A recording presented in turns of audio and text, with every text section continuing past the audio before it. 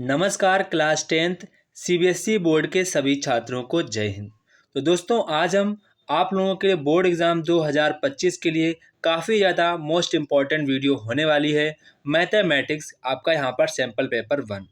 बच्चों आज से हम आपका जो बेसिक लेवल का यहाँ पर सैम्पल पेपर 1 यहाँ पर है। लगभग मैं 10 से 12 सैम्पल पेपर अपलोड करूँगा जो कि यहाँ पर आपके बेसिक लेवल के भी होंगे, साथ साथ में बच्चों आपके कुछ यहाँ पर सैम्पल पेपर स्टैंडर्ड लेवल के होंगे। अगर बच्चों आपने 10 के 10 या 12 के 12 आपने यहाँ पर ये सैम्पल पेपर तैयार कर लिए तो यकीन मानो आपका जो मैक्सिमम स्कोर 80 नंबर का होता है उसमें आपके 78 नंबर लाने से आपको कोई नहीं रोक सकता है। सिर्फ और सिर्फ आपको ये 10 से 12 सैम्पल पेपर ही तैयार करने हैं, इसमें आपका पूरा सिलेबस कवर हो जाएगा। इसे आप अच्छे प्रकार से तैयार कर लेना है। अगर आपको कोई क्वेश्चन नहीं आता तो आप मुझसे पूछ सकते हैं, हम आपको वीडियो के अंत में अपना नंबर बता देंगे, वहाँ पर आप व्हाट्सएप के जरिए हमसे पूछ सकते हैं। तो बच्चों यहाँ पर आज का जो हमारा सैम्पल पेपर 1 है आप इसको अच्छे प्रकार से देखिएगा। ये बेसिक लेवल का है, आपके बोर्ड एग्ज़ाम 2025 के लिए काफ़ी ज़्यादा इम्पोर्टेंट ये वीडियो है। आप इसको अच्छे प्रकार से देखना है। इसमें सारे के सारे क्वेश्चन आपको बोर्ड एग्ज़ाम के लिए काफ़ी ज़्यादा इम्पोर्टेंट मिलने वाले हैं।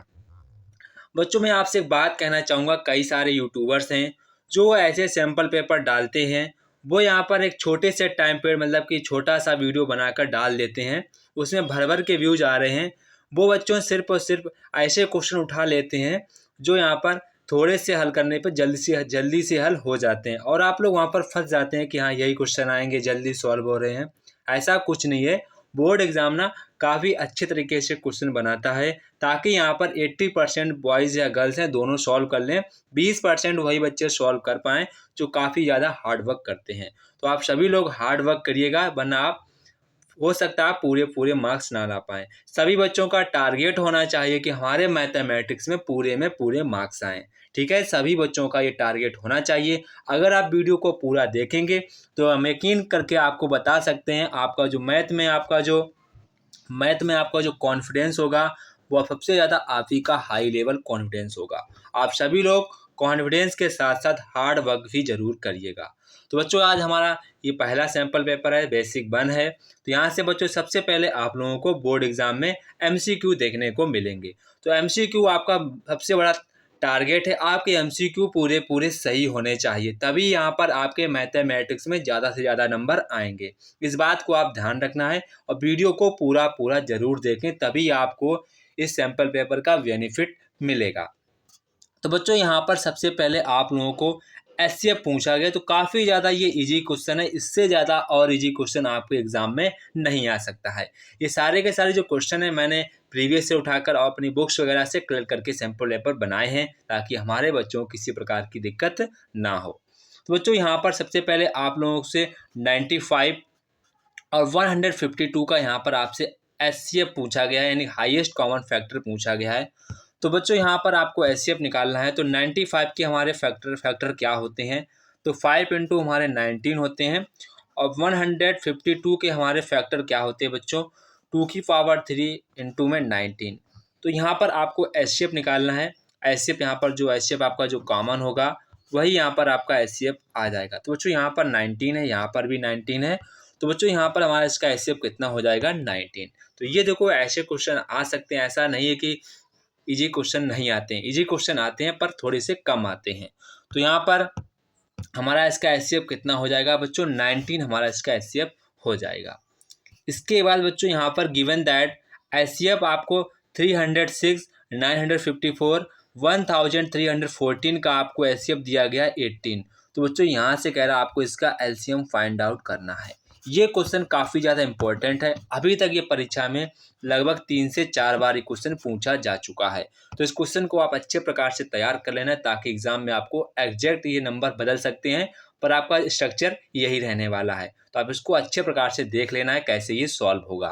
तो बच्चों यहाँ पर आपने क्वेश्चन एक आपने फार्मूला पढ़ा होगा, first number into second number LCM गुणे एचसीएफ। ये आपने फार्मूला पढ़ा होगा जो कि आपके लिए काफ़ी ज़्यादा इम्पॉर्टेंट है। इसी फार्मूले से हम लोग एक फार्मूला और बना लेते हैं, फर्स्ट नंबर इंटू में सेकेंड नंबर इंटू में थर्ड नंबर। बराबर में हम एलसीएम गुणे एचसीएफ करके भी लिख सकते हैं। तो एक आप ये भी फार्मूला बना सकते हैं। तो बच्चों यहाँ पर हमको क्या निकालना है, एलसीएम निकालना है। क्या निकालना है, एलसीएम। तो एलसीएम का हमको क्या करना होगा, एलसीएम। तो यहाँ पर हमारे तीनों नंबर का मल्टीप्लिकेशन हो जाएगा और बटे में यहाँ पर हमारा एचसीएफ हो जाएगा। क्या हो जाएगा, एचसीएफ। पर बच्चों यहाँ पर थोड़ा सा यहाँ पर डाउट हो जाता है कि क्या इसका फार्मूला हमारा यही रहेगा। तो बच्चों थोड़ा सा इसका फार्मूला चेंज हो जाता है, वो आप फार्मूले को यहाँ पर देख लेंगे। ठीक है, आप सभी लोग फार्मूले को देख लेंगे, फार्मूला क्या होगा। जब हमारा 3 नंबर का जो फार्मूला होता है उसे आप देख लेंगे, हम आपको सूत्र के जरिए ही बता दे रहे हैं। जब बच्चों यहाँ पर आप एलसीएम निकालेंगे, सबसे पहले आप लोगों को क्या करना होगा, 306 में मल्टीप्लाई 954 और यहाँ पर 1314 और यहाँ पर मल्टीप्लाई में फिर आपको यहाँ पर इसका एचसीएफ लिखना है, तीनों का एचसीएफ। 300 मतलब कि 306 का और डॉट डॉट जितने 3 नंबर हैं उसका एचसीएफ लिखना होगा। अपॉन में आपको यहाँ पर दो नंबर का एचसीएफ भी लिखना होता है। जैसे कि आपका 306 एंड 954 का एचसीएफ लिखना है। इसके बाद आपको यहाँ पर 954 और आपका 1314 का एचसीएफ लिखना है। इसके बाद बच्चों यहाँ पर आपको 306 एंड 1314 का एचसीएफ लिखना है। मतलब कि आपको इसका भी एचसीएफ लिखना है, इसका भी एचसीएफ लिखना है, इसका भी एचसीएफ लिखना है। इसके बाद आपको इसको सॉल्व कर देना है। तो देखो यहाँ पर इसका तो मल्टीप्लिकेशन आपको करना नहीं करना है, इसका आपको मल्टीप्लिकेशन ऑन स्पॉट नहीं करना होता है, वरना आपकी जो कैलकुलेशन है वो बहुत ज़्यादा हो जाएगी। इसका आपको एचसीएफ क्वेश्चन में दिया गया 18। बस आपको यहाँ पर दो नंबर का जो एचसीएफ है वो यहाँ पर आपको फाइंड आउट करना है। क्या करना है, दो नंबर का यहाँ पर आपको एचसीएफ फाइंड आउट करना है। तो फाइंड आउट करेंगे हम लोग। इसका जो आपका एचसीएफ निकल के आएगा, जब आप निकालेंगे आपका 18 आएगा। इसका भी आपका जो एचसीएफ निकल के आएगा वो भी आपका यहाँ पर 18 निकल के आएगा। इसका भी जब आप एचसीएफ निकालेंगे तो आपका 18 ही एचसीएफ निकल कर आएगा, चाहे आप करके देख सकते हैं। तो बच्चों इतना आप नोट कर लीजिएगा। इसके बाद बच्चों यहाँ पर हम एलसीएम फिर से लिखेंगे।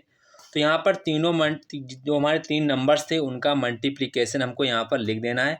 अभी इसका मल्टीप्लाई नहीं करेंगे आपस में, वरना कैलकुलेशन बहुत ज़्यादा लंबी हो जाती है।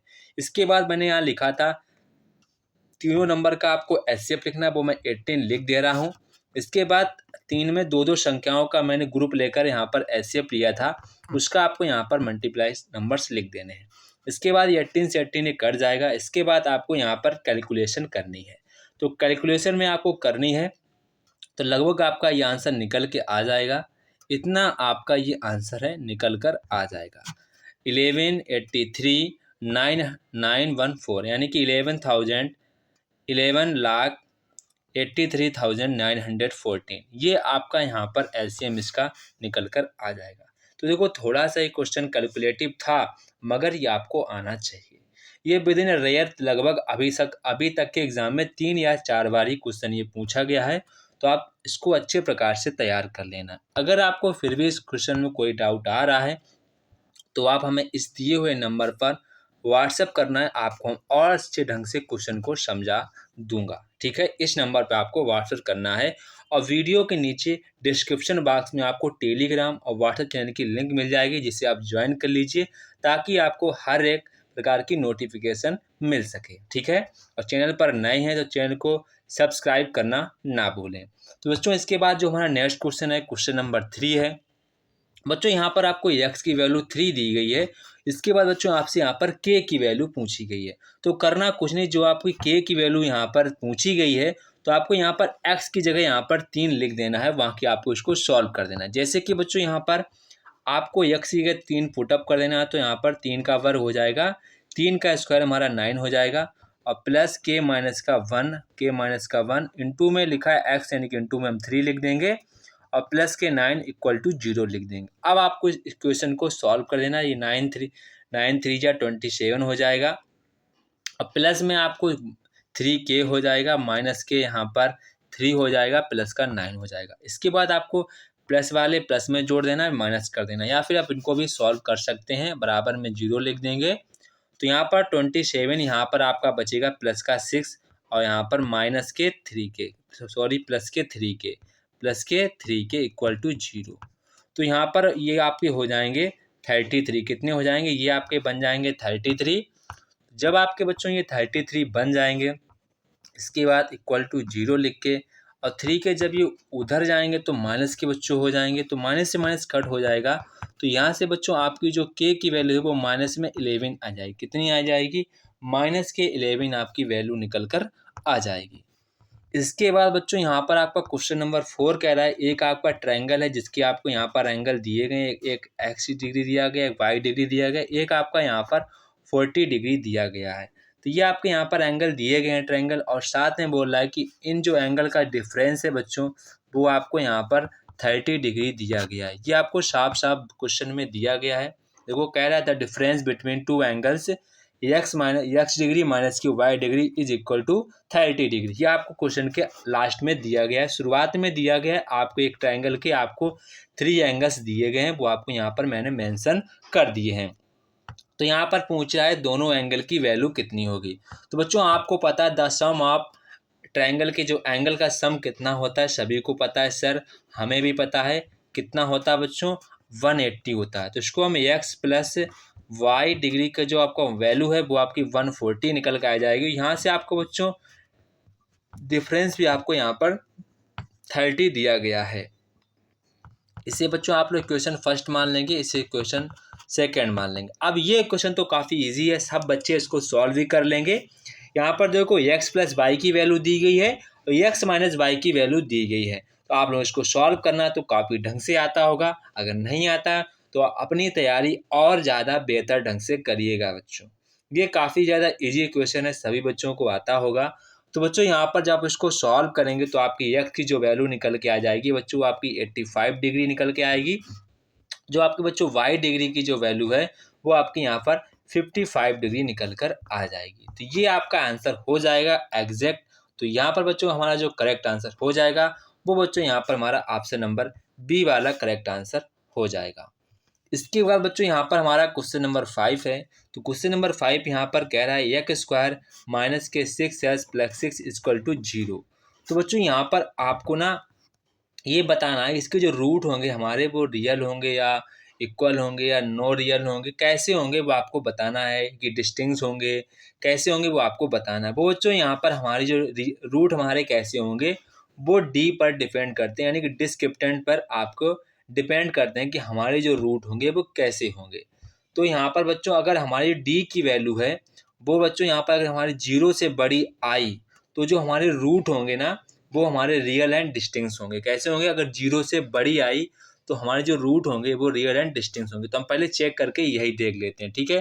तो डी का सूत्र क्या होता है बच्चों, हमारा डी का सूत्र होता है बी स्क्वायर माइनस के 4ac, ये हमारा फार्मूला होता है। तो हम लोग पहले डी की निकालते हैं। तो बी की वैल्यू यहाँ पर -6 हो जाएगी, तो -6 का होल स्क्वायर माइनस के 4, ए की वैल्यू बच्चों यहाँ पर हमारी 1 है और सी की वैल्यू बच्चों यहाँ पर हमारी 6 है। तो कितनी है 6, इसका स्क्वायर हो जाएगा 36, इसका हमारा हो जाएगा 24। तो फाइनली यहाँ पर बच्चों हमारी डी की वैल्यू है 12i, जो कि यहाँ पर हमारी 0 से बड़ी है और यहाँ पर पॉजिटिव भी है। तो इसका मतलब साफ साफ है कि बच्चों जो हमारे रूट हैं वो रियल हैं और डिस्टिंक्ट हैं। तो बच्चों यहाँ पर जो हमारा करेक्ट ऑप्शन हो जाएगा वो बच्चों यहाँ पर हमारा ऑप्शन नंबर डी वाला करेक्ट आंसर हो जाएगा। अगर बच्चों डी की वैल्यू 0 आती है तो इसका मतलब जो हमारे रूट हैं वो रियल हैं और आपस में भी इक्वल हैं। इसका मतलब ये हो जाता है जब डी की वैल्यू अगर 0 आ जाए तो इसका मतलब जो हमारे रूट हैं रियल हैं और साथ साथ में इक्वल हैं। तो ये आपको यहाँ पर ध्यान रखना है। इसके बाद बच्चों यहाँ पर जो हमारा क्वेश्चन नंबर 6 है, तो क्वेश्चन नंबर 6 यहाँ पर कह रहा है 2 वर्टेक्स ऑफ ट्रायंगल, आपको ट्रायंगल के 2 वर्टेक्स दिए गए हैं। इट्स सेंट्रॉइड, आपको यहाँ पर उसका सेंट्रॉइड भी दिया गया। तो यहाँ पर पूछ रहा है आपके थर्ड उसके कोऑर्डिनेट जो हमारा, जैसे कि ये हमारा ट्रायंगल है ABC, इसका ये हमारा सेंट्रॉइड है। तो इसके आपको कोऑर्डिनेट दिए गए हैं, इसके आपके कोऑर्डिनेट दिए गए हैं और इसके भी आपको कोऑर्डिनेट दिए गए। तो यहाँ पर आपसे इसके कोऑर्डिनेट पूछ रहा है, मतलब कि आपको ट्रायंगल दिया गया उसमें आपको ए और बी के यहाँ पर कोऑर्डिनेट दिए गए हैं, साथ साथ में आपको सेंट्रॉइड के भी कोऑर्डिनेट दिए गए हैं। तो यहाँ पर बच्चों आपको द पॉइंट ऑफ सी यहाँ पर आपको कोऑर्डिनेट पूछ रहा है कि उसके कोऑर्डिनेट क्या होंगे। तो बच्चों काफ़ी आसान क्वेश्चन है। तो यहाँ पर हम मान लेते हैं ये हमारा ट्रायंगल है, ठीक है। इसके आपको ए हमारा ये मान लिया मैंने, ये मैंने इसको बी मान लिया, इसको मैंने सी मान लिया। ये हमारा सेंट्रॉइड है जिसको यहाँ पर क्वेश्चन के अकॉर्डिंग जी मेंशन किया गया, तो बच्चों यहाँ पर मैंने इसको जी मेंशन कर दिया। तो बच्चों यहाँ पर सेंट्रॉइड का जो हमारा फार्मूला होता है ना, वो जैसे सेंट्रॉइड का अगर हमें सेंट्रॉइड मुझे निकालना है तो ये हमारा बेसिक फार्मूला होता है x1, इसके बाद x2 प्लस x3 अपॉन में 3, और कॉमा में y1 और y2 और प्लस y3 अपॉन में 3। ये हमारा सेंट्रॉइड निकालने का फार्मूला होता है। बच्चों यहाँ पर हमें सेंट्रॉइड के यहाँ पर उसका कोऑर्डिनेट दिया गया है 0, -3। और बच्चों यहाँ पर x1 में इसको मान लेता हूँ x1 y1, इसको मैं मान लेता हूँ x2 y2, इसको मैं मान लेता हूँ x3 y3, इसको मैं मान लेता हूँ ट्रायंगल में, ठीक है। तो बच्चों यहाँ पर जो x1 और y1 के कोऑर्डिनेट होंगे वो यहाँ पर आपको सबकी जगह यहाँ पर लिख देने हैं, ठीक है। सभी की जगह आपको यहाँ पर लिख देना है। तो बच्चों जैसे यहाँ पर हमारा x1 का कोऑर्डिनेट 1 है तो वहाँ पे 1 लिख दूंगा। इसको आप एक बार नोट कर लीजिएगा, फिर मैं इसको रिमूव कर देता हूँ।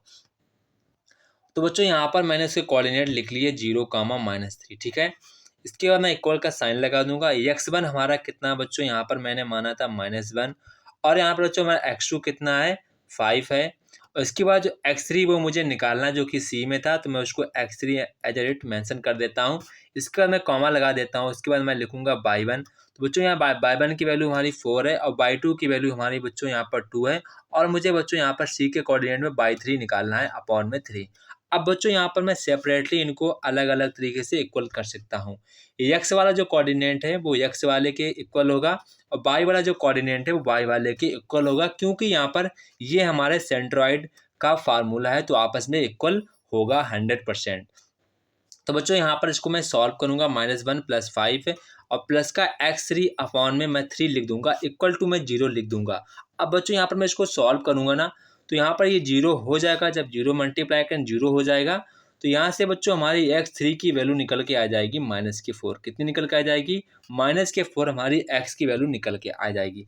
इसी प्रकार आपको इसके इक्वल कर देना है, ये वाला आपको इक्वल कर देना है।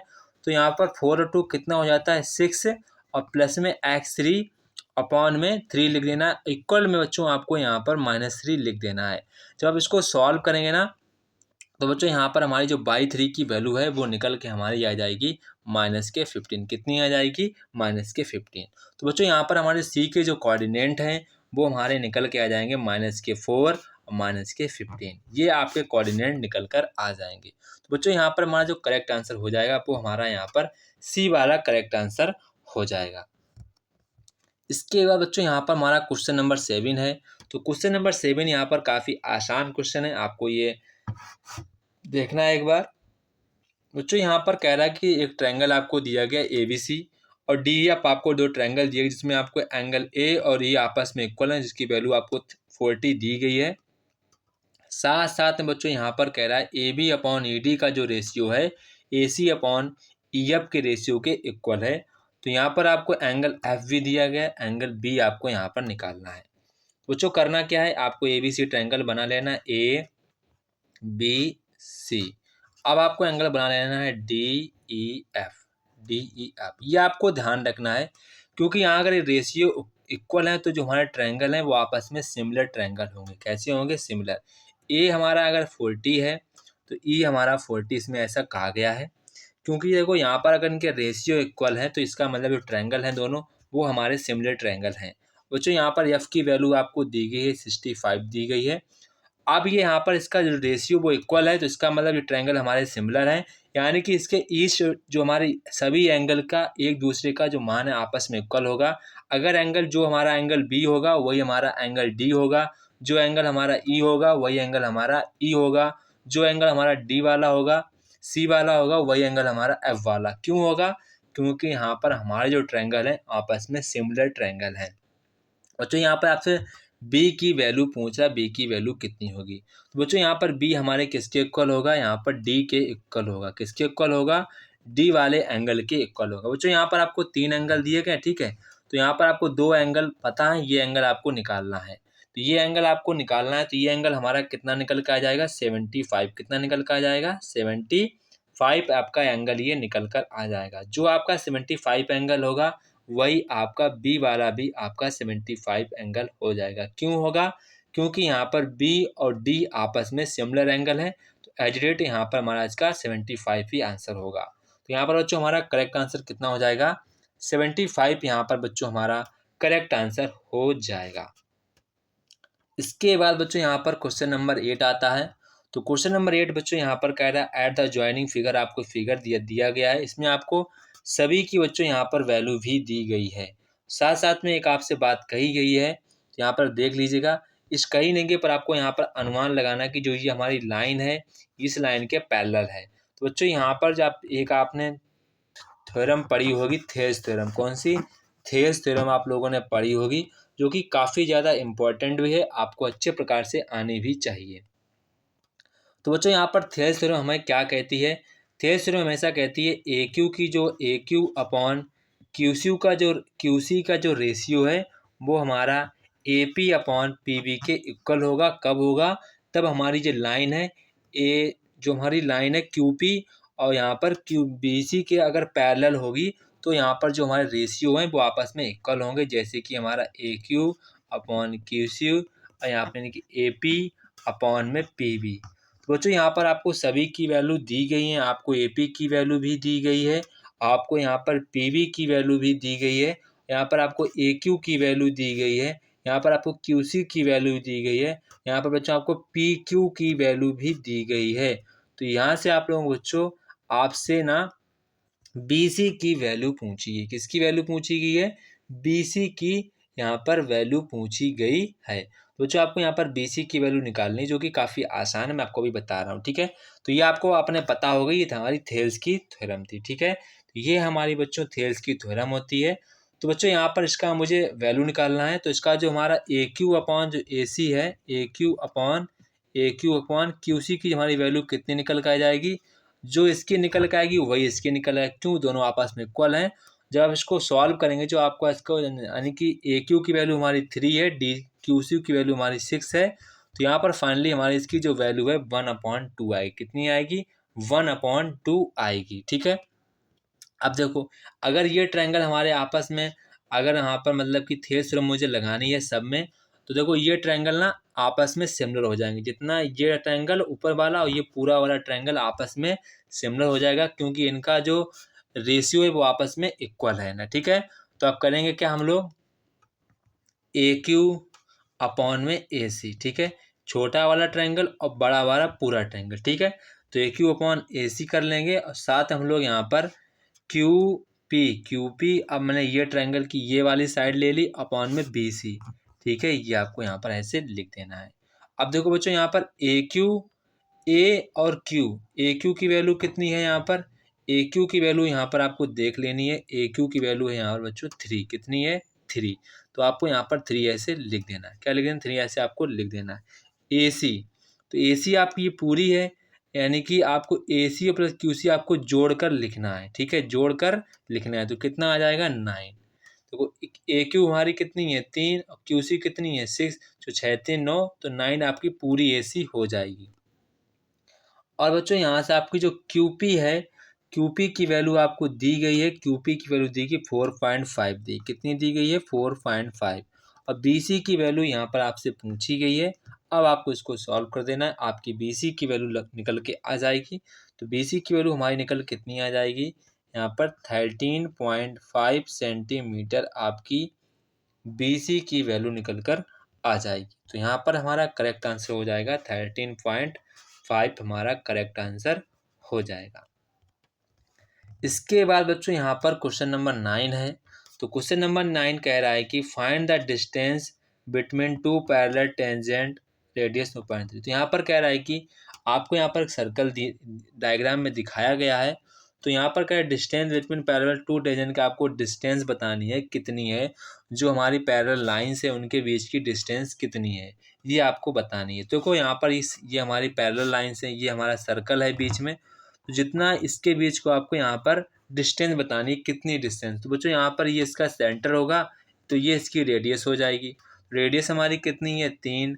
तो 3 3 3 कितनी हो जाएगी? यानी 3 3 हो जाएगी हमारी 6, इसकी रेडियस हो जाएगी 6 सेंटीमीटर हमारे इसके बीच की डिस्टेंस हो जाएगी। तो यहाँ पर हमारा करेक्ट आंसर हो जाएगा, ए वाला हमारा करेक्ट आंसर हो जाएगा। इसके बाद बच्चों यहाँ पर क्वेश्चन नंबर 10 कह रहा है, क्वेश्चन नंबर 10 कह रहा है कोसेक थीटा माइनस के कॉट थीटा का होल स्क्वायर कितना होगा। तो ये आपसे पूछा गया, काफ़ी बढ़िया क्वेश्चन है, इसको आपको अच्छे प्रकार से करना चाहिए। तो ये आपके लॉन्ग क्वेश्चन में भी आ सकता है, तो इसको आप अच्छे प्रकार से देखिएगा जरूर। तो बच्चों यहाँ पर सबसे पहले आप देखेंगे कॉस थीटा को हम लोग बना लेंगे 1/sin थीटा बना लेंगे, माइनस के कॉट थीटा को हम लोग कॉस थीटा अपॉन में साइन थीटा ही लिखेंगे, ऐसे लिख लेंगे, ठीक है, ऐसे लिख लेंगे। इसके बाद आपको क्या करना है, इसके बाद आपको उसका एलसीएम ले लेना है। तो 1 माइनस के कॉस थीटा अपॉन में साइन थीटा, क्योंकि यहाँ पर जो हमारा न्यूमरेटर था वो इक्वल था, तो इसलिए यहाँ पर ये ऐसा हो जाएगा स्क्वायर थीटा। अब ऊपर का अलग स्क्वायर कर देंगे, नीचे का हम लोग अलग स्क्वायर कर देंगे, ठीक है, इतना आपको पता होना चाहिए। तो 1 माइनस के कॉस स्क्वायर थीटा का होल स्क्वायर अपॉन में हो जाएगा हमारा साइन थीटा का होल स्क्वायर, ये हो जाएगा। इतना आप पहले नोट कर लीजिएगा, ठीक है। जब इतना नोट कर लेंगे आप लोग, तो 1 माइनस के कॉस थीटा का होल स्क्वायर अपॉन में साइन स्क्वायर थीटा को हम लोग लिख सकते हैं 1 माइनस के कॉस स्क्वायर थीटा, ये हम लोग लिख सकते हैं 1 माइनस के कॉस स्क्वायर थीटा लिख सकते हैं। अब बच्चों यहाँ पर हम लोग 1 माइनस कॉस स्क्वायर थीटा, देखो ये 1 का स्क्वायर हो जाएगा माइनस के ये कॉस थीटा का स्क्वायर, यानी कि यहाँ पर हमारा स्क्वायर डिफरेंस का फार्मूला लग जाएगा। तो बच्चों जब स्क्वायर डिफरेंस का हमारा फार्मूला लग जाएगा, तो इसकी जगह हम लोग स्क्वायर डिफरेंस लिख सकते हैं। क्या लिख सकते हैं हम लोग, इसकी जगह हम लोग ना स्क्वायर डिफरेंस, इसको हम लोग लिख सकते हैं फार्मूला के तौर पर। तो यहाँ पर इसको हम फार्मूला के तौर पर लिख दे रहे हैं बच्चों। तो बच्चों यहाँ पर हम लोग लिख देंगे 1 प्लस कॉस थीटा, एक कोष्टक में फिर लिखेंगे 1 माइनस के कॉस थीटा। तो यहाँ पर 1 माइनस कॉस थीटा यहाँ पर तो कट जाएगा, एक बार ही हमारा 1 बचेगा। तो 1 माइनस के कॉस थीटा अपॉन में 1 प्लस कॉस थीटा। तो बच्चों ये हमारा इसका आंसर आ जाएगा। इसको आप अच्छे प्रकार से तैयार कर लेना, ये आपके एग्जाम के लिए काफ़ी ज़्यादा इम्पोर्टेंट क्वेश्चन है। तो बच्चों यहाँ पर हमारा ऑप्शन नंबर बी वाला करेक्ट आंसर हो जाएगा। इसके बाद बच्चों यहाँ पर आपका क्वेश्चन नंबर 11 है। तो क्वेश्चन नंबर 11 बच्चों यहाँ पर आपसे कह रहा है एन इलेक्ट्रिक पोल है जिसकी हाइट आपको 10√3 दी गई है, उसकी जो साइड है वो 10 मीटर की दी गई। तो यहाँ पर आपको एंगल ऑफ एलिवेशन बताना है कितना एंगल होगा। तो काफ़ी आसान है, जैसे कि आपको ये आपका इलेक्ट्रिक पोल है जो इसकी शैडो है वो यहाँ पर 10 मीटर पड़ रही है, तो आपको ये वाला एंगल पूछा गया है। इसकी हमारी आपको दी गई है, तो ये 10 दी गई, तो आपसे ये वाला यहाँ पर एंगल पूछा गया है। तो आप लोग जानते हैं आपका टेन थीटा बराबर क्या होता है बच्चों, यानी कि आपका टेन थीटा हो जाएगा ये आपका जो आपका परपेंडिकुलर अपॉन में बेस। परपेंडिकुलर आपका कितना है 10√3 है, और आपका बेस कितना है यहाँ पर 10 है, तो 10 से 10 कट जाएगा। तो यहाँ पर टेन थीटा की वैल्यू बराबर कितनी है √3, और √3 टेन थीटा में किसकी वैल्यू होती है सर, वो सर हमारी वैल्यू होती है 60 की। तो 10 से 10 हट जाएगा, तो यहाँ पर हमारी थीटा की वैल्यू कितनी बचेगी 60। तो यहाँ पर एंगल ऑफ एलिवेशन हमारा कितना हो जाएगा 60 डिग्री हो जाएगा। ये काफ़ी आसान क्वेश्चन था और जल्दी भी होने वाला क्वेश्चन था। इसके बाद बच्चों यहाँ पर हमारा क्वेश्चन नंबर 12 है। तो क्वेश्चन नंबर 12 यहाँ पर कह रहा है साइन थीटा अपॉन में 1 प्लस कॉस थीटा। तो ये क्वेश्चन है काफ़ी बढ़िया क्वेश्चन है आपके लिए है, इतना बढ़िया क्वेश्चन है आपको मैं बता नहीं सकता हूँ। इसको आप अच्छे प्रकार से करने की कोशिश करेंगे, ठीक है।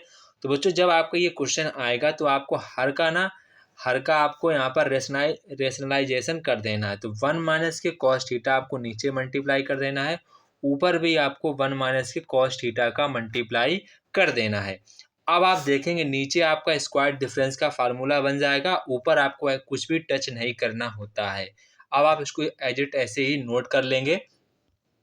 इसके बाद यहाँ पर आपका था कितना साइन थीटा, ऊपर आपका था 1 माइनस के कॉस थीटा, और नीचे आपका 1 जाएगा 1 माइनस के कॉस स्क्वायर थीटा।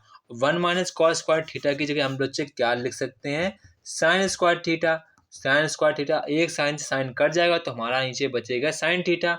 हमारा क्या हो जाएगा 1 माइनस के कॉस थीटा अपॉन में साइन थीटा। ये आपका सॉल्व होके आ जाएगा, जो बच्चों यहाँ पर हमारा ऑप्शन नंबर सी में लिखा भी हुआ है। तो यहाँ पर हमारा ऑप्शन नंबर सी वाला करेक्ट आंसर हो जाएगा।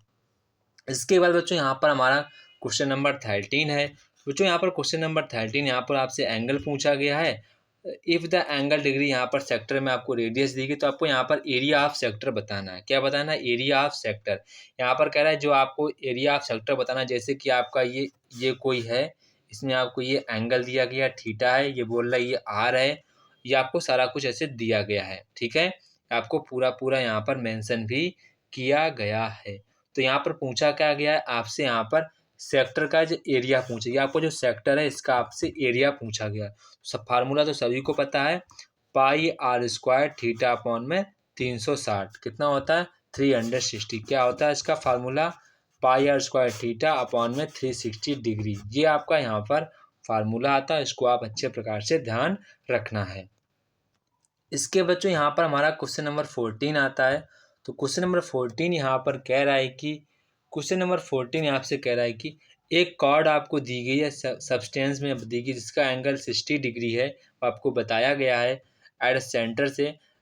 If the length of chord, यहाँ पर जो कॉर्ड की जो हमारी लेंथ है बच्चों, वो हमारी यहाँ पर 100 सेंटीमीटर है।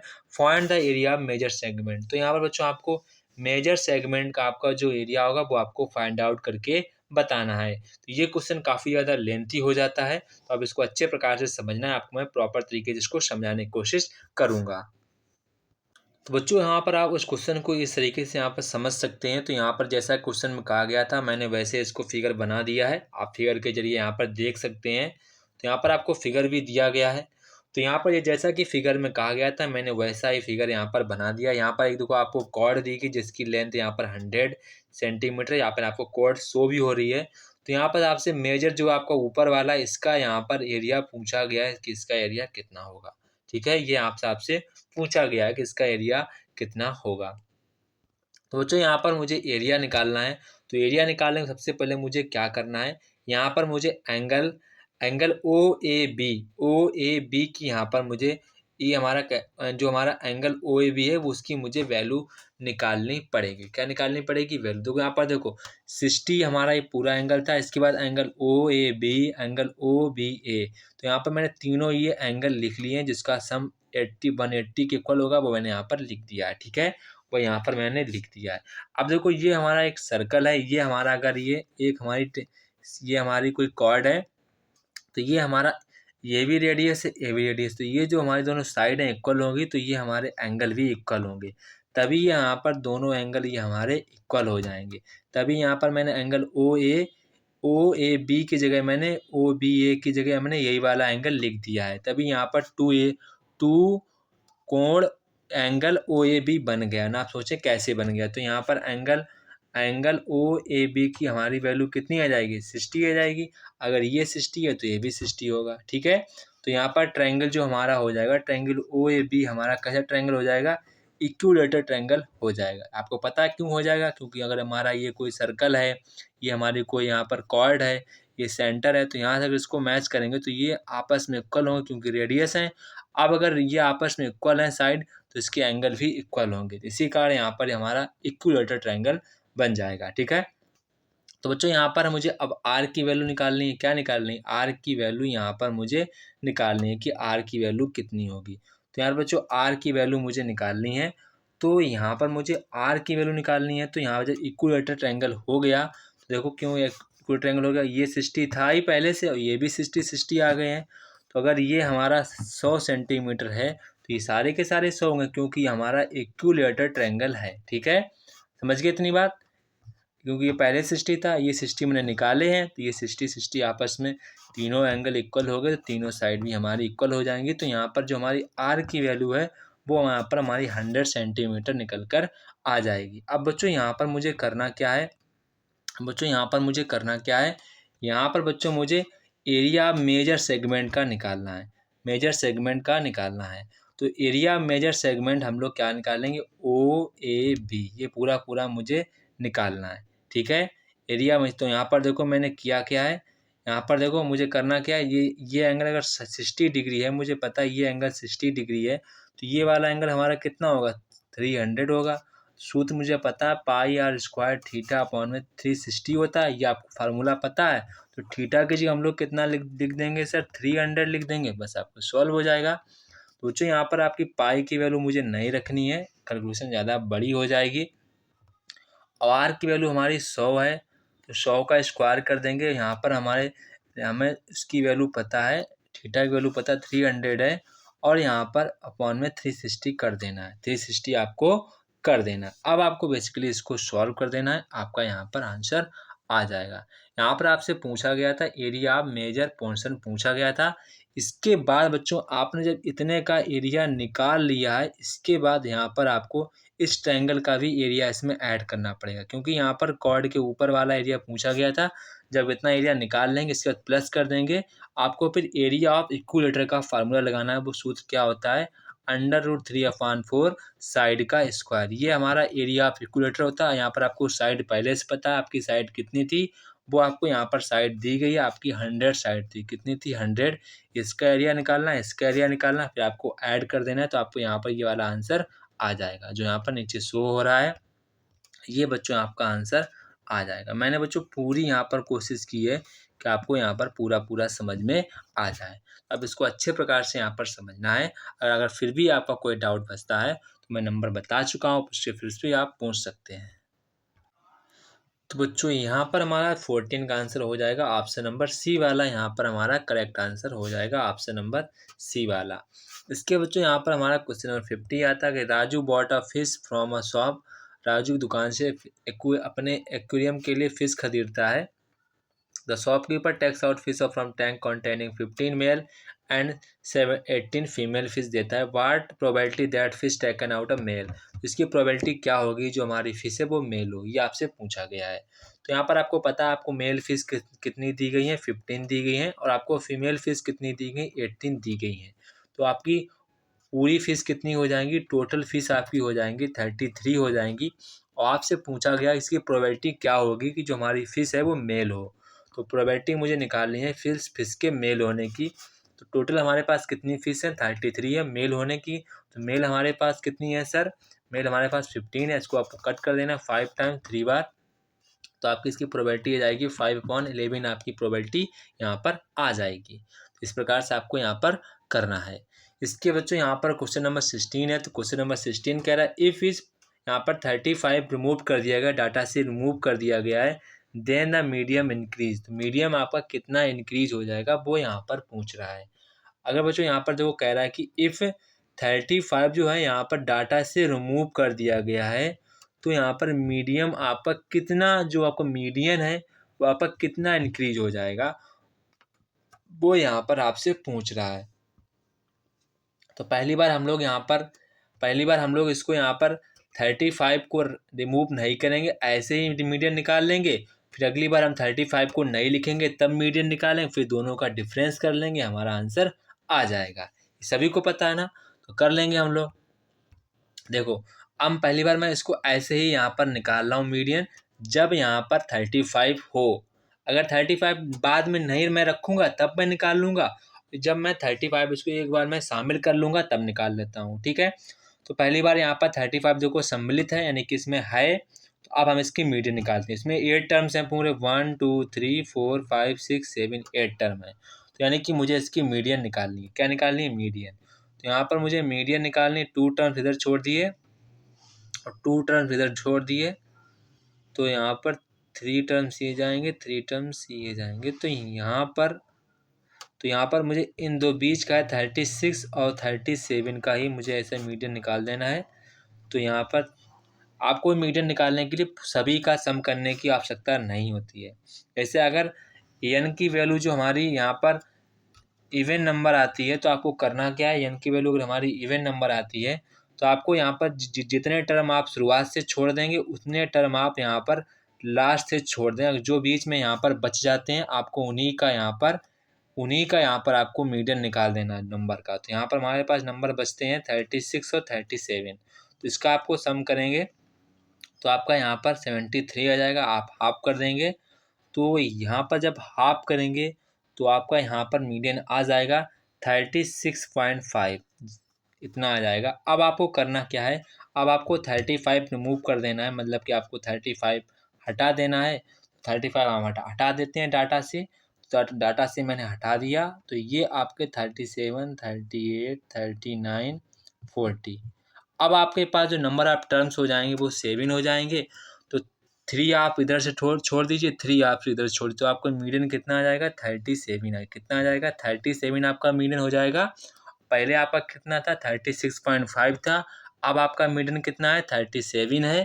तो आप इसको माइनस कर देंगे, आपका डिफरेंस आ जाएगा। तो हमारा डिफरेंस कितना है? पूरा डिफरेंस कितना है? 0.5 हमारा डिफरेंस है। आपको जब भी मीडियन निकालना हो, पूरे का सम नहीं करते हैं, आपको वो सूत्र वगैरह फार्मूला याद रखने की आवश्यकता नहीं है। अगर सम होता है, जितने टर्म आप लास्ट से छोड़िएगा उतने टर्म आप शुरुआत से छोड़ दीजिएगा। अगर बीच में इवन नंबर 2 नंबर बचेंगे, आप उनका जोड़कर उसका हाफ कर दीजिए, वो आपका यहाँ पर मीडियन आ जाएगा। अगर नंबर हमारे ऑड हैं तो काफ़ी आसान हो, जैसे कि नंबर ऑड हैं, ये 7 नंबर हैं, तो 3 हमने इधर छोड़ दिए, 3 हमने इधर छोड़ दिए, तो जो हमारा बीच में बचेगा वही हमारा मीडियन हो जाएगा। हमने इनका बीच का डिफरेंस कर दिया, आपका डिफरेंस आ जाएगा 0.5, जो कि यहाँ पर हमारा करेक्ट आंसर हो जाएगा ऑप्शन नंबर ए वाला।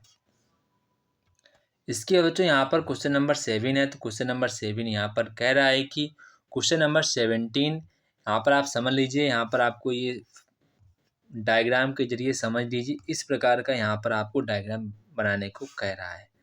तो यहाँ पर ये आपकी ऊंचाई दी गई है 5 सेंटीमीटर। देखो यहाँ पर कह रहा है a cylindrical tube radius is 5 centimetre. तो इसकी यहाँ पर सिलेंड्रिकल ट्यूब की जो radius 5 centimetre and height 9.8 centimetre full of water से भरा हुआ है। इतना आपको पहले देख लिया है। तो रेडियस आपकी कितनी है? यहाँ पर रेडियस यहाँ पर बच्चों आपकी है यहाँ पर 5 सेंटीमीटर एंड हाइट आपकी यहाँ पर है 9.8 centimetre. A solid from right circular cone mounted hemisphere immersed tube. तो यहाँ पर एक हेमी स्क्वायर इसके ऊपर, जैसे कि आपका ये था, ये आपकी यहाँ पर इसकी जो रेडियस है वो कितनी है? आपकी रेडियस यहाँ पर आपकी 5 सेंटीमीटर कहा गया है। सिलेंड्रिकल ट्यूब है, उसकी रेडियस 5 सेंटीमीटर, हाइट इसकी आपको 9.8 सेंटीमीटर कह दिया गया है। इसके बाद यहाँ पर कह रहा है solid form of right circular कोन है, जो आपको मैंने ऊपर बना रखी है, जो ये कोन है इस प्रकार की, वो इसके ऊपर हेमी स्फीयर के ऊपर इमर्ज कर दी जाएगी। जो हेमी स्फीयर था इसके ऊपर ऐसे इमर्ज कर दी जाएगी। If a radius of hemi सेमीमीटर की रेडियस कितनी है? यहाँ पर कह रहा है हेमी स्फीयर की रेडियस हमारी है 3.5 सेंटीमीटर, हाइट हमारी है इसकी 5 centimetre. Find the volume of water left in the tube.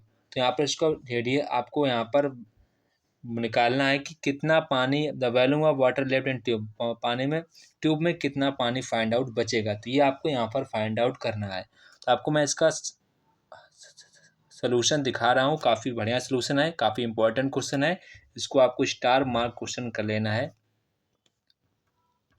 तो बच्चों यहाँ पर आप क्वेश्चन नंबर 17 का सलूशन मैंने लिख दिया, आप इसको अच्छे प्रकार से समझ सकते हैं। इसमें आपका फिर भी अगर कोई डाउट बचता है तो आप हमसे पूछ सकते हैं। यहाँ पर मैंने अच्छे प्रकार से आपको यहाँ पर समझा दिया है लिखकर। फिर भी अगर आपका कोई डाउट बचता है तो आप हमसे पूछ सकते हैं। ये हमारा नंबर रहेगा, ये हमारा नंबर रहेगा, आप इस पर यहाँ पर पूछ सकते हैं। 95 55 75 66 13, ये यहाँ पर हमारा नंबर है, आप इस पर पूछ सकते हैं। आप इसको अच्छे प्रकार से तैयार कर लीजिए। ये क्वेश्चन आपके बोर्ड एग्जाम में आ चुका है, अच्छे प्रकार से इसको आप तैयार कर लीजिएगा। इसके बाद बच्चों यहाँ पर हमारा क्वेश्चन नंबर 18 है। तो क्वेश्चन नंबर 18 कह रहा है कि आपको if the mean of frequency distribution 8.1 है एंड आपको यहाँ पर टोटल दिया गया है, साथ साथ में आपको FI की टोटल दी गई, तो यहाँ से आपसे K की वैल्यू पूछी गई है। तो आपसे K की वैल्यू पूछी गई है। तो यहाँ पर आपको जो गिवन दिया गया, जो आपको दिया गया, आपको सबसे पहले मीन दी गई है 8.1 दी गई एंड सिग्मा FXI का आपको भी दिया गया और सिग्मा FI भी दी गई है। तो ये आपको जो चीज़ दी गई वो आपको यहाँ पर ध्यान रखना है। बच्चों यहाँ पर आपसे वैल्यू K की पूछी गई, तो आपको मीन का जो हमारा फार्मूला क्या होता है, sigma FI XI sigma FI, ये हमारा फार्मूला होता है। अब आपको फार्मूला रख लेना है। बच्चों यहाँ पर हमारी मीन कितनी थी? 8.1 थी। इक्वल में सिग्मा FI की वैल्यू हमारी कितनी? 132 प्लस में 5K है, कितनी है? 5K है। इसके बाद बच्चों यहाँ पर आपको सिग्मा एफ आई की वैल्यू 20 दी गई। अब आपको इसको सॉल्व कर देना है। आपका के की वैल्यू आपका निकल के आ जाएगा। तो के की वैल्यू यहाँ पर हमारी 6 निकल कर आ जाएगी। तो बच्चों यहाँ पर कितनी निकल कर आ जाएगी? 6 यहाँ पर हमारी निकल कर आ जाएगी। इसके बच्चों यहाँ पर क्वेश्चन नंबर 19 आपको यहाँ पर कह रहा है कि distance between 5.2 and origin is 13। यहाँ पर क्या है? डिस्टेंस आपको 5.5, ओरिजिन से आपको 0,0 से निकालनी है। तो इसके लिए हमारे लिए क्या फार्मूला ये लगता है, ये आपको यहाँ पर पूछ रहा है। तो देखो, अगर हम लोग ओरिजिन से इस पॉइंट के बीच की डिस्टेंस निकालेंगे तो यहाँ पर वो हमारी डिस्टेंस कितनी निकल के आएगी? सभी लोग जानते हैं हमारी डिस्टेंस निकल के आएगी 30 क्योंकि ओरिजिन से हमारा डिस्टेंस का फार्मूला होता है x² + y² होता है। तो इसका स्क्वायर करेंगे 25, इसका स्क्वायर करेंगे 144, अंडर रूट लगाएंगे तो अंडर रूट के हमारे अंदर बनेगा 169, जो कि यहाँ पर हमारा 13 का स्क्वायर रूट है। तो यहाँ पर हमारा ये हो जाएगा 13। तो पहला तो बच्चों यहाँ पर हमारा स्टेटमेंट सही है, मगर जो हमारा लास्ट स्टेटमेंट जो कह रहा है कि रीजन में जो मुझे बता रहा है उस पर मुझे चर्चा करनी चाहिए। तो यहाँ पर देखो, जो यहाँ पर जो आपको रीजन में दिया गया है ये आपका, देखो ये आपका यहाँ पर इस सूत्र के जरिए आप ओरिजिन से, किसी पॉइंट से, सभी से यहाँ पर आप लोग डिस्टेंस निकाल सकते हैं। तो ये भी हमारा रीजन सही है। और यहाँ पर बच्चों हमारा जो है आर भी सही है। जो आर है ना, वो यहाँ पर एक ही एक्सप्लेन कर रहा है। तो बच्चों यहाँ पर जो हमारा करेक्ट आंसर हो जाएगा, ऑप्शन नंबर ए वाला हमारा करेक्ट आंसर हो जाएगा। इसके बाद बच्चों यहाँ पर क्वेश्चन नंबर 20 कह रहा है, आपको अजर्शन दिया गया है, no two positive numbers can leave 8 as their HCF and 380 as their LCM. LCM is always completely divided by HCF. तो बच्चों यहाँ पर आपको कह रहा है कि जो यहाँ पर कह रहा है कि जो 2 नंबर्स हैं उनको LCM can have 18, their HCF is 380 LCM। हाँ देखो बच्चों, यहाँ पर क्वेश्चन नंबर 20 जो है ना, तो स्टेटमेंट हमारा जो है बिल्कुल सही है। और जो हमारा जो रीजन है वो देखो, जैसे आपका जो LCM होगा वो हमेशा आपका HCF से डिवाइड होगा। ऑलवेज के लिए वैलिड है, ये ऑलवेज के लिए वैलिड है। तो बच्चों यहाँ पर जो हमारा रीजन भी सही है और रीजन जो हमारा है वो एजर्सन को एक्सप्लेन कर रहा है। तो यहाँ पर बच्चों हमारा ऑप्शन नंबर ए वाला यहाँ पर करेक्ट आंसर हो जाएगा। तो बच्चों ये हमारे 20 MCQ थे, जो कि मैंने बच्चों काफ़ी ज़्यादा डिटेल में आपको समझाए। तो यहाँ पर थोड़ा सा वीडियो लंबा हो सकता है, मगर आप इसको पूरा देखिएगा। इसके बाद बच्चों यहाँ पर हमारा सेक्शन बी आता है। तो सेक्शन बी में जो आपके सभी क्वेश्चन 2 मार्क्स हैं, तो आप इनको अच्छे प्रकार से करना है ताकि आपका कोई भी क्वेश्चन गलत ना हो। तो बच्चों यहाँ पर आपको दो लाइन के आपको क्वेश्चन दिए गए हैं। तो यहाँ पर आपको बताना कि जो हमारी लाइन है वो हमारी कंसिस्टेंस होंगी या फिर इनकंसिस्टेंस होंगी, ये आपको यहाँ पर बताना है। तो बच्चों यहाँ पर अगर हमारी लाइन इनकंसिस्टेंट वगैरह होगी तो बच्चों यहाँ पर आपको पता है A1/A2 equal to B1/B2 does not equal to C1/C2 की यहाँ पर जो कंडीशन है उसको फॉलो करेगा। अगर जो हमारी लाइन है वो हमारी कैसी हुई, यहाँ पर अगर हमारी लाइन इनकंसिस्टेंट हुई मतलब कि पैरेलल हुई, अगर कंसिस्टेंट होंगी तो मतलब कि लाइन एक दूसरे को कट करेंगी, ये आपको यहाँ पर बताना है। बच्चों यहाँ पर हम लोग जो आपको यहाँ पर इक्वेशन फर्स्ट वाला दिया गया, इसमें आपकी जो A1 की वैल्यू 2 हो जाएगी और जो आपका इक्वेशन सेकेंड है उसमें आपकी A2 की वैल्यू आपकी 4 हो जाएगी। ऐसे यहाँ पर आपकी B1 की वैल्यू हो जाएगी -2, यहाँ पर आपकी B2 की वैल्यू हो जाएगी -4, यहीं पर आपकी C2 की वैल्यू हो जाएगी -2 और यहाँ पर आपकी C2 की वैल्यू हो जाएगी -5। तो आपको यहाँ पर ऐसे आप सारी की सारी वैल्यू निकाल लेंगे। इसके बाद आप इन सभी का रेशियो देखेंगे। अगर आपका रेशियो इक्वल आता है और ये डज नॉट इक्वल टू आता है, जो हमारी लाइन है वो हमारी लाइन कैसी होंगी, इनकंसिस्टेंस होंगी। कैसी होंगी? इनकंसिस्टेंस होंगी, मतलब कि वो लाइन हमारी पैरेलल होंगी। कैसी होंगी? पैरेलल होंगी। ठीक है, ये आपको यहाँ पर चेक कर लेना है। तो आप चेक करेंगे तो आपका यही वाला इक्वल ही बनेगा। ठीक है, अब इसको चेक करिएगा और लगाइएगा। इसके बाद बच्चों यहाँ पर हमारा क्वेश्चन नंबर 22 है। तो क्वेश्चन नंबर 22 यहाँ पर कह रहा है, आपको फिगर दिया गया है, इसमें DE जो हमारे पॉइंट हैं वो AC और BC के यहाँ पर AB और AC पर DE जो हमारे पॉइंट हैं, सच दैट यहाँ पर कह रहा है कि DE जो हमारी BC के पैरेलल हैं। साथ में कह रहा है जो हमारा AD है वो यहाँ पर 1/3 BD के इक्वल है। ठीक है, ये आपको ध्यान रखना है। यहाँ पर दिया गया ए की वैल्यू आपको 4.5 से दी गई है। तो यहाँ बच्चों आपको AC की वैल्यू पूछी है। किसकी वैल्यू पूछी गई? AC की वैल्यू पूछी गई है। तो बच्चों यहाँ पर आपको एक दिया गया था, AD इक्वल टू 1/3 BD आपको दिया गया था। साथ साथ में आपको AE की वैल्यू दी गई और AC पूछा गया है। तो बच्चों यहाँ पर आपको पता है, थेल्स थ्योरम पता है, AD अपॉन BD ये आपकी थेल्स थ्योरम होती है। AE अपॉन में AC ये आपकी थेल्स थ्योरम है। बच्चों यहाँ पर जो AD की जो वैल्यू है उसकी जगह आप 1/3 AD लिख सकते हैं, 1/3 BD बिल्कुल सर लिख सकते हैं, क्योंकि क्वेश्चन में कहा गया तो मैंने उसको ऐसे लिख दिया। इसके बाद बच्चों यहाँ पर आपको AE की वैल्यू दी गई है और बच्चों यहाँ पर आपको AE की वैल्यू दी गई, तो हम लोग यहाँ पर EC की वैल्यू निकालेंगे। ठीक है, BD से BD कट जाएगा तो EC की जो हमारी वैल्यू निकल के आएगी 13.5 सेंटीमीटर निकल के आएगी। पर बच्चों यहाँ पर हमसे पूछा गया AC, तो हमें पूरी AC ज्वाइन कर लेनी है। AE की वैल्यू हमें पता है 4.5 है और EC की वैल्यू हमारी 13.5 है। इनको आपस में ऐड कर देंगे तो यहाँ पर हमारा आंसर आ जाएगा 18 सेंटीमीटर। कितना आ जाएगा? 18 सेंटीमीटर आपका आंसर आ जाएगा। इसके बच्चों यहाँ पर जो क्वेश्चन नंबर और में है वो काफ़ी ज़्यादा लेंथी क्वेश्चन, आप अगर इसको ना ही करें तो ही बढ़िया है। काफ़ी ज़्यादा लॉन्ग क्वेश्चन है। अगर आप क्वेश्चन पूछना चाहते हैं, लगाना ही चाहते हैं, तो आप हमें इस नंबर पर क्वेश्चन का स्क्रीनशॉट भेज देंगे, हम आपको प्रॉपर लगा के भेज देंगे। इसमें हम आपको एक एक क्वेश्चन लगाकर भेज सकते हैं। आप जो भी क्वेश्चन आपको डाउट लगे वो आप इस नंबर पे हमें यहाँ पर मैसेज करना है, उस क्वेश्चन का स्क्रीनशॉट भेजना, आपको प्रॉपर तरीके से मैं उसको लगाकर भेज दूंगा। समझ गए? इसके बच्चों यहाँ पर क्वेश्चन नंबर 23 है। तो क्वेश्चन नंबर 23 का prove that tangent drawn its diameter circle are parallel. तो यहाँ पर जो हमारे सर्कल हैं, जो उसका डायमीटर है, इसका डायमीटर के अलॉन्ग अगर हम कोई भी यहाँ पर टेंजेंट यहाँ पर ड्रॉ करते हैं तो वो हमेशा ऑलवेज पैरेलल होती हैं। ये आपको यहाँ पर प्रूव करना है। क्या करना है?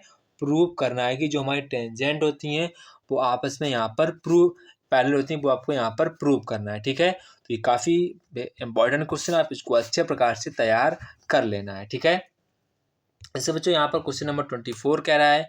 Question number 24, if cos square cosec square theta bracket में 1 प्लस कॉस थीटा ब्रैकेट में 1 minus cos theta equal to lambda, find the value of lambda. बच्चों यहाँ पर आपको लैम्डा की वैल्यू निकालनी है। लैम्डा की वैल्यू निकालनी है तो cosec square theta 1 plus cos theta 1 minus cos theta, ये हमारा बन जाएगा 1 माइनस के कॉस स्क्वायर थीटा।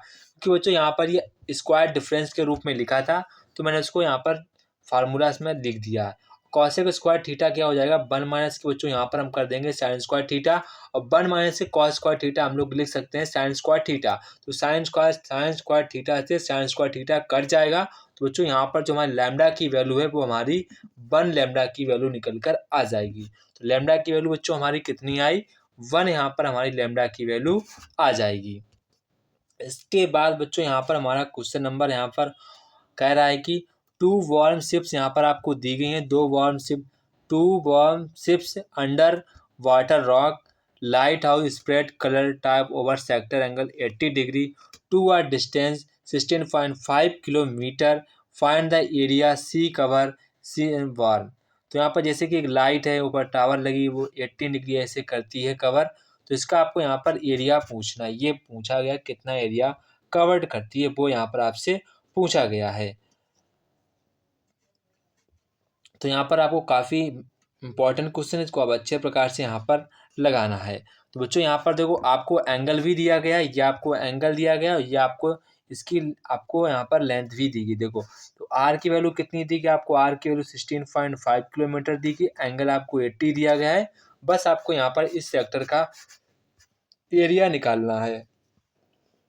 तो करना क्या है हम लोगों को एरिया निकालना है। तो पाई आर स्क्वायर थीटा अपॉन में 360। तो यहाँ पर बच्चों पाई की वैल्यू आपको नहीं रखनी है, आर की वैल्यू 6.5 इंटू में 6.5, थीटा की वैल्यू 80 है, 80 लिख देना है, अपॉन में 360 लिख देना। अब आप इसको सॉल्व कर दीजिए, आपका आंसर यहाँ पर आ जाएगा। पाई की वैल्यू लास्ट में रखिएगा। तो यहाँ पर जब इसको आप प्रॉपर तरीके से सॉल्व करेंगे तो आपका जो आंसर है 189.7 किलोमीटर स्क्वायर आपका एरिया निकल कर आ जाएगा। इसके बाद बच्चों यहाँ पर कह रहा है what is the angle subtended at the centre of a circle radius 6 centimetre by an arc length 3 pi centimetre. ये काफ़ी इंपॉर्टेंट क्वेश्चन है। तो इसको यहाँ पर पूछा कितना एंगल सबस्टेंड करें जो हमारा एंगल की जो रेडियस है वो उसकी जो आर्क की लेंथ है 3 सेंटीमीटर हो जाए। तो ये आपको कितना एंगल सबस्टेंड करना पड़ेगा। इसको आप प्रॉपर तरीके से इसका हम आपको सोल्यूशन दिखा रहे हैं, इसको आप समझने का प्रयास करिएगा। क्वेश्चन नंबर 25 यहाँ पर मैंने आपको प्रॉपर तरीके से लिख दिया है, इसको आप अच्छे प्रकार से समझ सकते हैं। यहाँ पर आपको सभी क्वेश्चन के मैं आपको हल प्रोवाइड कर दूंगा। जितने भी आपके क्वेश्चन हैं उनके सभी की सभी आपको हम सलूशन प्रोवाइड कर दूंगा। मैं आपको नंबर बता चुका हूँ, उस नंबर पर आप मैसेज करिएगा, आप सभी क्वेश्चन के यहाँ पर सलूशन पा सकते हैं। तो अब बच्चों हम लोग बढ़ते हैं अपने क्वेश्चन 26 की तरफ। तो बच्चों यहाँ पर क्वेश्चन नंबर 26 कह रहा है कि आपको प्रूव करना है कि √5 हमारी इरेशनल नंबर है। तो काफ़ी आसान क्वेश्चन है। इसके बच्चों यहाँ पर कह रहा है कि आपको एक पॉलिनोमियल दिया गया जिसके यहाँ पर जीरोज हमारे अल्फ़ा और बीटा हैं। तो यहाँ पर आपसे पूछ रहा है alpha plus 1 and alpha plus beta जो पॉलिनोमियल होगा वो हमारा क्या होगा। ऐसा आपको एक पॉलिनोमियल बताना है जिसके रूट हमारे जो हैं अल्फ़ा+1 हो और अल्फ़ा प्लस बीटा प्लस 1 हो। वो आपको यहाँ पर पॉलिनोमियल फाइंड आउट करना है। वो आपको यहाँ पर पॉलिनोमियल फाइंड आउट करना है। तो आपको सबसे पहले करना क्या होगा, सबसे पहले बच्चों यहाँ पर आप लोगों को इसके रूट निकाल लेने, इसके आपको रूट निकाल लेने जो कि आपके अल्फ़ा और बीटा की वैल्यू हो जाएंगे। जब बच्चों आप इसके रूट निकालेंगे तो आपका अल्फ़ा की जो वैल्यू आपकी निकल के आ जाएगी बच्चों यहाँ पर -4, और बीटा की वैल्यू आपकी निकल के आ जाएगी -5। ये आपके निकल के आ जाएंगे। अब यहाँ पर कह रहा है कि ऐसा आपको पॉलिनोमियल बताना है जिसके रूट हमारे अल्फ़ा+1 हो और दूसरा रूट हमारा बीटा+1 हो। तो अल्फ़ा प्लस की वैल्यू हमारी बन कितनी -3, और यहाँ पर बीटा रखेंगे तो -4। अब आपको ऐसा आपको पॉलिनोमियल बताना है जिसके रूट हमारे -3 हो और -4 हो। तो करना क्या है, जब आपको रूट पता हो अब आपको पॉलिनोमियल ज्ञात करना हो, तो ये हमारा इसका स्ट्रक्चर होता है। तो स्ट्रक्चर को आप अच्छे प्रकार से देखो, यहाँ पर x² - k, इसकी वैल्यू 3 थी, इसकी वैल्यू -4 थी, इंटू में x, और इनके रूट का आपस में मल्टीप्लिकेशन करेंगे तो प्लस का 12 बन जाएगा x², और माइनस के 7 प्लस का 7x बन जाएगा, प्लस के 12 बन जाएगा। ये आपका यहाँ पर पॉलिनोमियल बन जाएगा जिसके हमारे रूट होंगे अल्फ़ा+1 बीटा+1 होंगे। तो ये काफ़ी आसान क्वेश्चन था जिसको आप यहाँ पर कर सकते हैं। अगर आप अदर मेथड से करते हैं तो काफ़ी लॉन्ग जाएगा, मुझे 100% पता है। ये सबसे ईजी वे तरीके से क्वेश्चन था।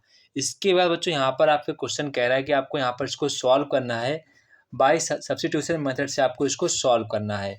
तो काफ़ी आसान होता है सब्स्टिट्यूशन मेथड, आप उसको यहाँ पर सॉल्व कर सकते हैं। इसके बच्चों यहाँ पर आपको और में क्वेश्चन कह रहा है, अदिति है वो वॉकिंग करती है जॉइनिंग पॉइंट से 1.1,4 से 0,6 से। Aditi walking long line joining 3,4 and 1,0 represent the graph, find the point where both cross each other. मतलब कि एक हमारी लड़की है वो यहाँ पर 1.4 की और 0.6 से, मतलब तो ऐसे ग्राफ समझिएगा कि एक लड़की हमारी 1.1,4, तो 1,4 जाएंगे तो एक लड़की हमारी 1,4 और 0,6 करेंगे। 0,6 लड़की यहाँ से ऐसे घूम रही थी।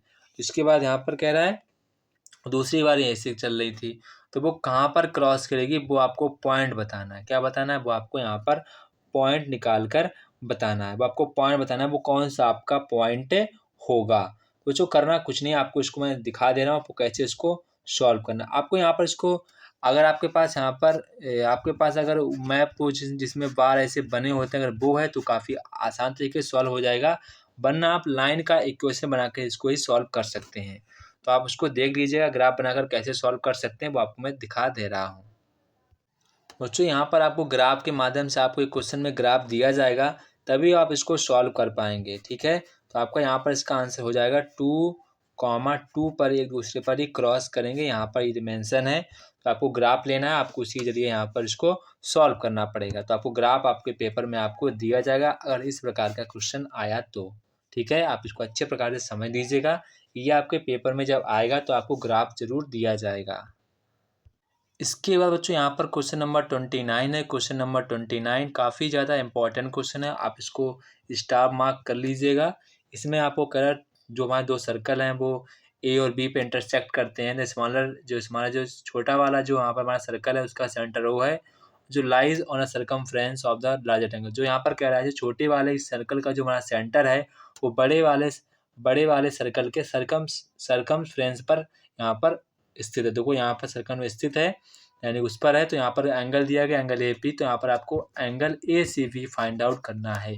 काफ़ी ज़्यादा बच्चों इंपॉर्टेंट क्वेश्चन है आपके एग्ज़ाम के लिए भी और आपके यहाँ पर प्री बोर्ड एग्ज़ाम के लिए भी काफ़ी ज़्यादा इंपॉर्टेंट क्वेश्चन है। तो बच्चों यहाँ पर आप इसका सलूशन देख सकते हैं, प्रॉपर तरीके से मैंने इसको समझा रखा है। आप इसको अच्छे प्रकार से यहाँ पर तैयार कर लेना है। ये आपके लिए क्वेश्चन काफ़ी ज़्यादा इम्पॉर्टेंट क्वेश्चन है। इसको अब स्क्रीनशॉट ले लीजिएगा ताकि यहाँ पर आपको समझने में किसी भी प्रकार की दिक्कत ना हो। इसके बाद बच्चों यहाँ पर अथवा में जो क्वेश्चन और में कहा गया ये आपको प्रूव करना है, 2 लाना है।